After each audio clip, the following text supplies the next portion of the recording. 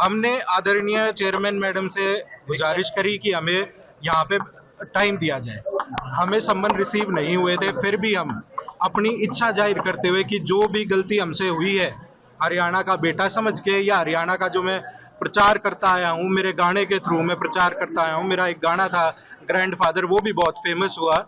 मैंने अपने बड़े बुजुर्गों का जो भी आदर किया है पूरे हरियाणा में, उसको यहाँ रखते हुए, और मैंने कोई स्टाइलिश वे में माफी नहीं मांगी थी किसी से भी। जस्टिस को ध्यान में रखते हुए बोला। वहां पे मैं था एक जगह पे, जब मैं खड़ा हुआ हूँ या मैं बैठा हूँ अपनी गाड़ी में हूँ, मैडम ने बोल दिया गाड़ी में बैठ के स्टाइलिश वे में। अरे उनको अपनी गलती का एहसास हुआ होगा। अब वो गाना यूट्यूब पे नहीं है, उन्होंने हटा लिया था। मैडम ने बार बार इन शब्दों का प्रयोग किया कि घोड़ी कैसे बनाएंगे। अरे उनको मौका तो दिया जाए अपना पक्ष रखने का। हर एक को पक्ष रखने का मौका दिया जा रहा है, यहाँ पे किसी को बोलने नहीं दिया जा रहा। एक आदमी को अपना टाइम, अपना पक्ष रखने का यहाँ पे लॉ में हमारे दिया गया है कि भाई उसको अपॉर्चुनिटी दे गए, उसका राइट है आर्टिकल 21 के अंदर।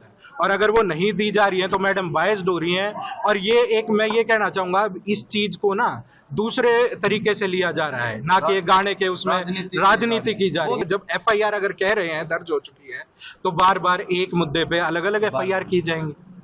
नहीं ना, उनको सुनने का तो जींद में जो एफआईआर दर्ज हुई है वहाँ के रोडवेज की तरफ से की गई है, वहाँ के पंचकुला में की गई है एक एफआईआर। हम सब में सहयोग देने के लिए तैयार हैं, हम पेश होने के लिए तैयार हैं। आप सब मुझे बता दीजिए, मैं कोई क्रिमिनल हूँ? एक नेशनल मीडिया पे मैं आता हूँ, मेरा गाना गाने का काम है कि हरियाणा को रिप्रेजेंट करता हूँ मैं। बड़े प्राउडली वो रिप्रेजेंट करते हैं। उन्होंने अपनी वीडियो में भी कहा है कि I am a proud Haryanvi. और वो प्राउड हरियाणवी होने की वजह से ही अपने बड़े बुजुर्गों से उन्होंने हाथ जोड़ के माफी मांगी कि जो शब्द अगर किसी बड़े बुजुर्ग, किसी महिला के उस आचरण को ठेस पहुंचा रही है, तो उसके लिए मैं माफी मांगता हूं। क्योंकि आयोग के सामने क्यों नहीं आए? आयोग के सामने एक कमिटमेंट्स होती है। मैं आपसे पूछता हूं, आप भी आज यहाँ पे हो, ये आपका काम है? काम है? मेरा काम है किसी को रिप्रेजेंट करना, तो मैं कोर्ट में हूँ। उनका काम है अपनी कमिटमेंट्स को पूरे करना। उनके ऊपर भी लोग होते हैं, मैनेजमेंट होती है उनके, और शुरू से कमिटमेंट्स होती हैं। हम मना नहीं कर रहे हैं, हम यहाँ आके अपना पक्ष रखना चाहते हैं, पर हमें मौका तो दिया जाए। हमने समय मांगा था, हमने समय मांगा, हमें जबकि सम्मन रिसीव नहीं हुए आज तक ऑफिशियली कोई भी।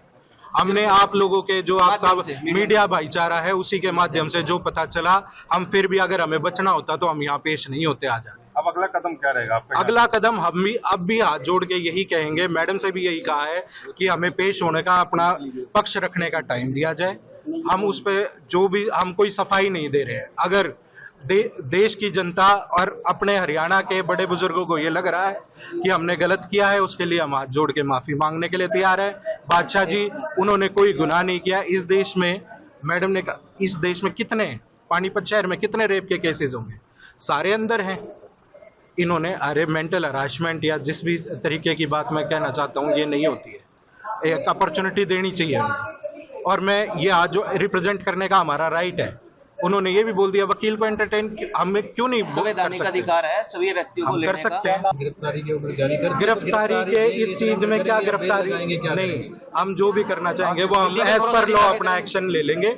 और हम यहाँ पे, हमारी टीम यहाँ भी मौजूद है, अनुज चौधरी जी हमारी टीम में, मुकुल जी हैं हमारी टीम में, हमारी टीम यहाँ भी मौजूद है। और हर जगह हम अपना एज पर लॉ पक्ष रखेंगे। आज भी हम एज पर लॉ यहाँ पेश हुए, हमने टाइम मांगा, वो नहीं दिया, वो आयोग का। जिस हिसाब से लुक नोटिस जारी हुआ उनका, ठीक है, पासपोर्ट जब्त करने का आदेश हुए हैं, पासपोर्ट जब्त करने, जो भी आदेश दिए जाएंगे एज पर लॉ, हम उन सबको मानेंगे। कहीं भी कमीशन में पेश होने का भी हम यहाँ से बच नहीं रहे हैं। आप सब खड़े हैं, अगर बच रहे होते हैं यहीं होते हैं।